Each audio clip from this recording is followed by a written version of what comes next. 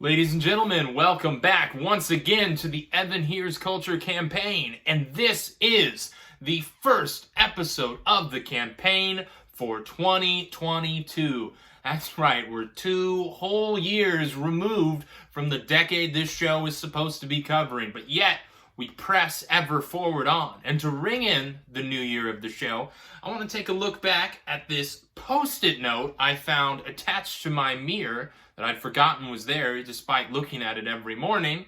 That features my 2021 New Year's resolution. Take a look at that. And the resolution was to finish the first 100 episodes of the Evan Hears Culture campaign, at least.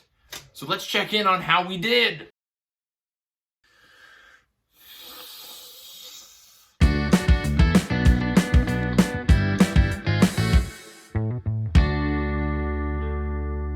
Okay, so what is the first episode of 2022? Well, we're talking about M83's 2011 album, Hurry Up, We're Dreaming. And so why has it taken so long to get this video out? Well, despite the fact that I'm lazy, the problem with this album is that I've been mulling over it for a long time because I find it incredibly frustrating. And it's not because it's bad. It's not because I abhor it or anything like that. It is because I want to love it. I want to love it so badly, but yet I only like it. So no gimmicks, no sketches or anything for this one. Let's just try to unpack why I feel that way. And to do that, I'm just going to look through the list of tracks on this album. It's quite a meaty one. We've got 22 tracks on Hurry Up, We're Dreaming, my apologies to M83 and Anthony Gonzalez. And it is a double album, 11 tracks on each disc of the album. So we start out with an incredible run of songs. Top tier, really brilliant music. Electronic, shoegaze, synth-heavy, beautiful pop / some rock influenced tracks. And we start out with Intro. It's the name of the first track. Intro. And the album ends with Outro. So just even seeing that intro, outro, you're thinking, oh, concept album perhaps. Perhaps there's a bit of a narrative if we have to build into it and exit out of it, or at least there's an architecture to this album. And you hear Intro, and it starts out very quiet, and there's this beautiful whispering voice done by a Zola Jesus. And she goes, "We didn't need a story. We didn't need a real world. We were you before you even existed." And I couldn't tell you what any of that means, but it sounds cool, and it starts getting you excited, and then there's a build, and it's building, and you hear the vocals, carry on, and it just keeps building and building from there. Those carry-ons, they're like shots across the bow, bringing you into this epic cinematic album, and you're thinking, my God, if that's just the intro, I can't wait to see what we have in store here. And then we go into Midnight City as our second track. Midnight City, which I heard before hearing this album in its entirety. And even before that, it is one of my favorite songs. It's got to be in the top 20 or the top 10 of my favorite songs of all time. And part of the reason of that is I think I heard it maybe around when it came out. I don't know exactly when. But one day in the summer of 2018, where I was in Boston with some friends, with the great Claire Levine, who's been on the show, with the great Billy Broder, another alumni of the show, and the great David Patashnik. And we're driving along. Billy is driving us from Boston into his hometown of Swansea. And the sun is setting. And it's a beautiful sunset. And Billy throws out, guys, everybody suggests a track that fits the sunset. And I suggested, I was really into My Chemical Romance and Gerard Way at the time. And I suggested the song, How It's Going to Be. I thought that was a very beautiful song at the time. And still kind of do. And everybody's like, oh, it's a great fit. And then Claire suggests the song Sweet City Woman. And I thought, oh, that's very nice. Very nice. And then David suggests Midnight City, M83. And by God, first few seconds, already, he'd won. He'd got the best, the sun setting track, and because it was the third one, the sun, it got to darkness by the end of the song, and it was just beautiful. I love this song.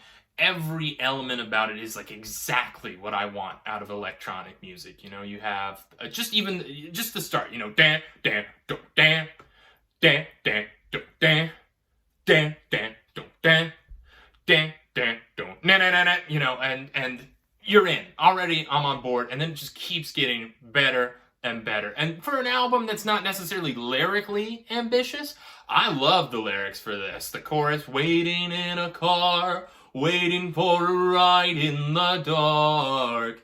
And as someone who loves driving around at night, listening to music, like that is exactly what I want to hear. Another experience I have with this song, first time driving in downtown LA with the great Joe Scardiglia, another former guest of the show, popped this thing on, and it was magical. Waiting for a car, waiting for a ride in the dark. City is my church.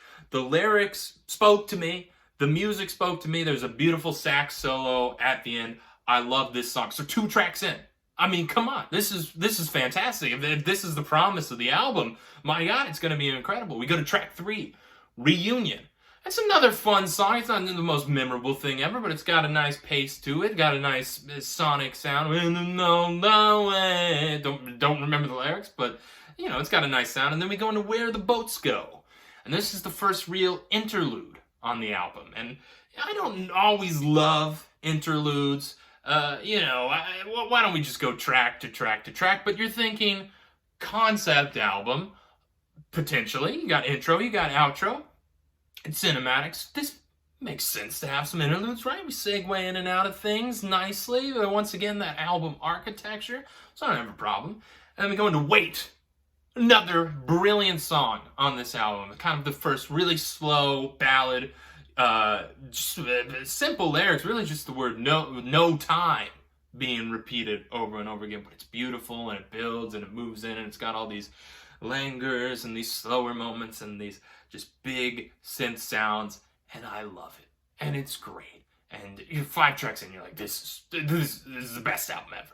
Then you go into Raconte-moi une histoire, because there it's a French band, so you've got a little French in there. I don't know if I said it right, but it's just a nice, fun, funky track. I know some people don't like it because it's just there's a voice of a kid telling you a story about a magical frog that you can touch and you can turn into a frog, and it's going din din din din din din.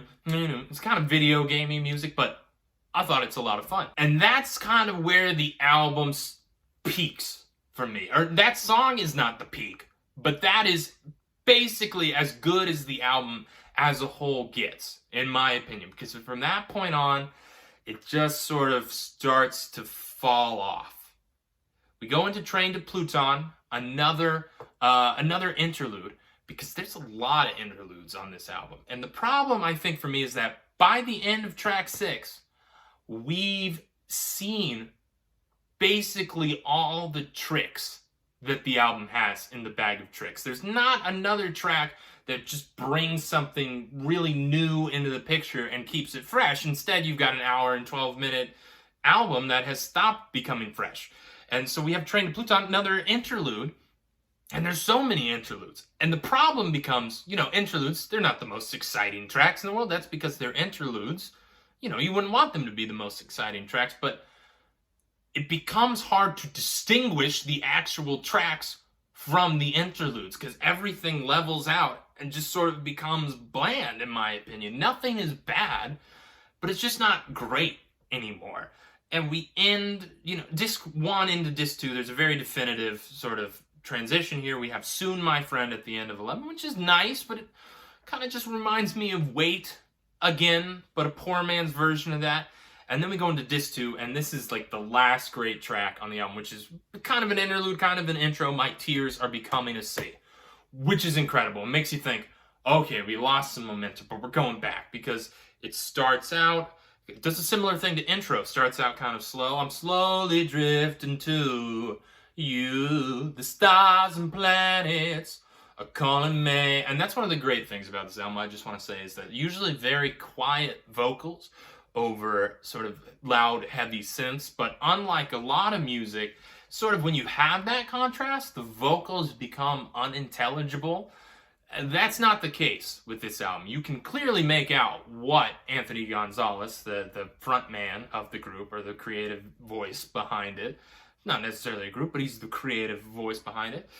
You can hear what he's saying, and when we have some good lyrics, then you can hear them, and it's great. And My Tears Are Becoming a Sea, very pretty sort of love song, and then it has that slow opening, and then it's bum, bum, bum, bum, these heavy drum hits, this heavy percussion, and it's just epic, and it's incredible. And there's like a meme trend online of people who believe that song fits for anything. You can put any series of images from any TV show or movie or film over it, and it'll just match up perfectly. And I happen to agree, because it's an excellent song. And then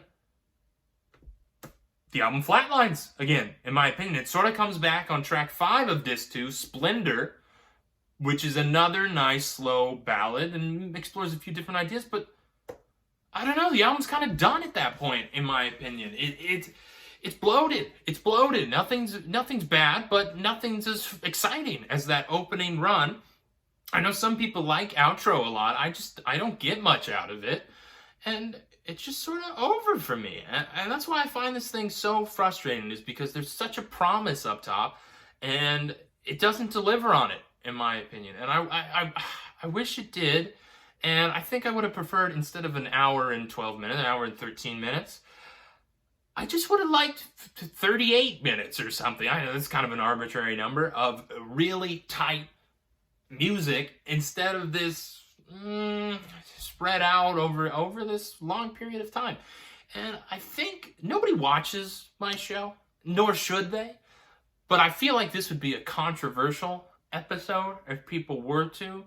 And I was kind of interested. I heard Anthony Fantano, the internet's busiest music nerd, I'd heard through osmosis that he had a controversial opinion on this album, and I thought I should check it out because, I'm clearly, once I finish the campaign, I'm clearly the heir apparent to his throne. I think anyone with a brain could see that I'm the heir apparent.